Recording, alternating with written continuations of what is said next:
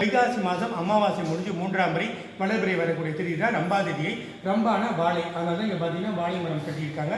இங்கே ஒவ்வொரு வருஷம் ரம்பாதிதிக்கு ஆடல் பாடலோட சிறப்பு பூஜை நடக்கும். இங்கே இந்த ரம்பா கூட பார்த்தீங்கன்னா முதல்ல கலா மாஸ்டர் ஓப்பன் பண்ணி வச்சாங்க. அதுக்கப்புறம் பிருந்தா மாஸ்டர் தான் அந்த சிலையை ஸ்பான்சர் பண்ணாங்க. ஒவ்வொரு வருஷமும் ரோபோ சங்கர் பொண்ணுக்கு வந்து இந்திரஜாமணி தான் டான்ஸ் ஆடி இதுக்கு சிறப்பிச்சு இது பூஜை பண்ணுவாங்க. அந்த ரம்பாதேவி இங்கே இருக்காங்க.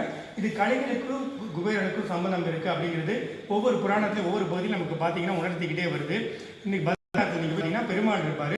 பெருமாள் குபேரன் இருப்பார்.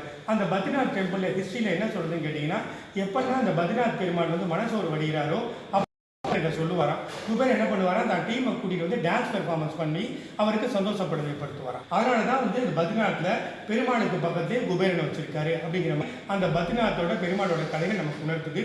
இதுவும் கூட நமக்கு என்ன உணர்த்துதுன்னா, கலைகளுக்கும் குபேரனுக்கும் சம்பந்தம் இருக்குது அப்படின்னு. அதனால கலைத்துறையில் ஈடுபடுறவங்க கலை சம்பந்தப்பட்ட வெற்றி கிடைக்குங்கிறதுலாம் உணர்த்து. இந்த படத்தை நீங்கள் வந்தீங்கன்னா பார்க்கலாம். ரம்பாதேவி இங்கே வந்தீங்கன்னா இங்கே தரிசனம் பண்ணலாம்.